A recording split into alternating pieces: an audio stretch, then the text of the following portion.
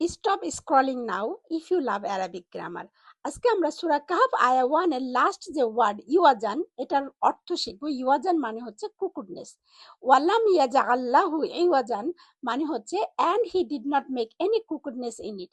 এখন যদি গ্রামার দেখি, ইওয়াজান একটা ইসম শব্দ। কিভাবে বুঝবেন? কারণ লাস্টে তানউইন আছে এবং এটার স্ট্যাটাস হচ্ছে নাসব স্ট্যাটাস। কেন এটা নাসব স্ট্যাটাস আপনার মনে প্রশ্ন হতে পারে।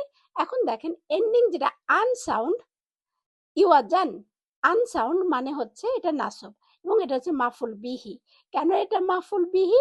কারণ এটা যে ভার্ব মানে ফেল, লাম ইয়াজাল, এটা হচ্ছে ফেল এবং ইওয়াজান মাফুল বিহি, এটা হচ্ছে object of that verb.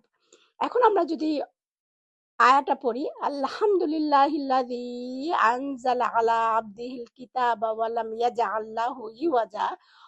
All praise and gratitude is for Allah who sent down the book to his servant and he did not make any crookedness in it. এখন হচ্ছে রিফ্লেকশন। কোরআন হচ্ছে আপ স্ট্রেট, এখানে কোনো error নাই, কোনো confusion নাই, কোনো doubt নাই, কোনো ক্রুকেডনেস নাই। আমাদের জীবন বিধান কেমন হবে সেজন্য আল্লাহ এই কোরআনটা নাজিল করেছেন। আলহামদুলিল্লাহ, আমরা সূরা কাহাফের আয়া 1 এর সকল গ্রামার শেষ করলাম। আপনাদের কেমন লাগলো? আপনাদের রিফ্লেকশন কি? কমেন্টস করে জানান। আসসালামু আলাইকুম।